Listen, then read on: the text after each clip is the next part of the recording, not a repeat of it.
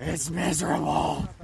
Hey everyone, how's it going? It's Matt here. I wanted to give you a few tips of how to survive a PRS match in the rain.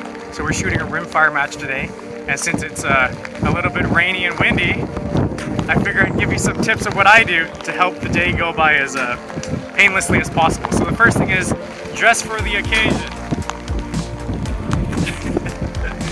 I always say basically just dress like you're going to be out for a hike the entire day, so good footwear, and if it's raining, obviously some rain clothing.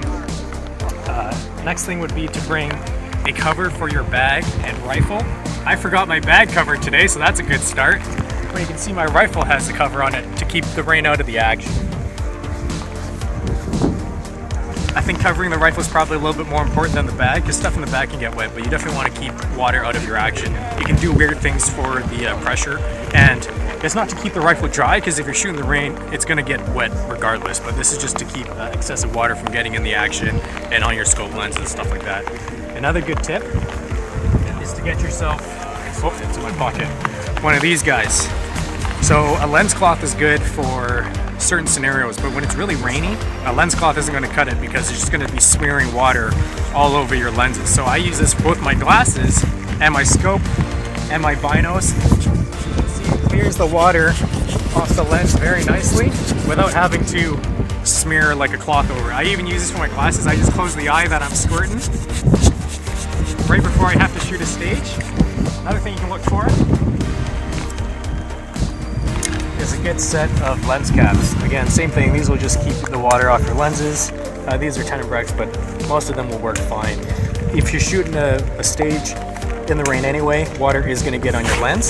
So after a stage, you just take the little blowy thing and you just clear the water off the lenses and then close them back up.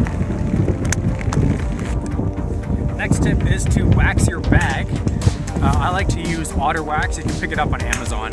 It's just a natural wax that you can apply to like canvas and other materials to keep it a little bit more water repellent. The fill inside these heavy mediums will basically turn into a cinder block if you let it get too wet.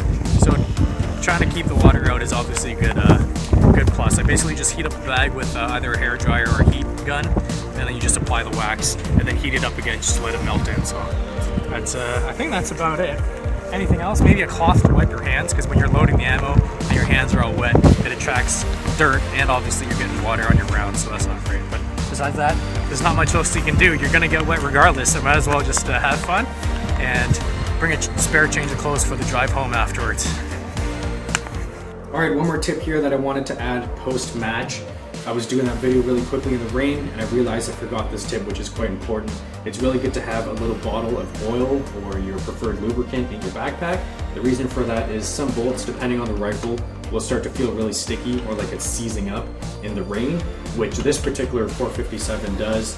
So Dory knows that. As soon as she feels it starting to stick in the rain, we add a few drops of oil. I think a heavier lubricant would be better, but this is just what I had, and that got her going again through the day. So that happened yesterday again in the heavy downpour. Good to have a little bit of oil for your rifle just in case. Yeah, I know. 1, 2, 3. Oh, wait.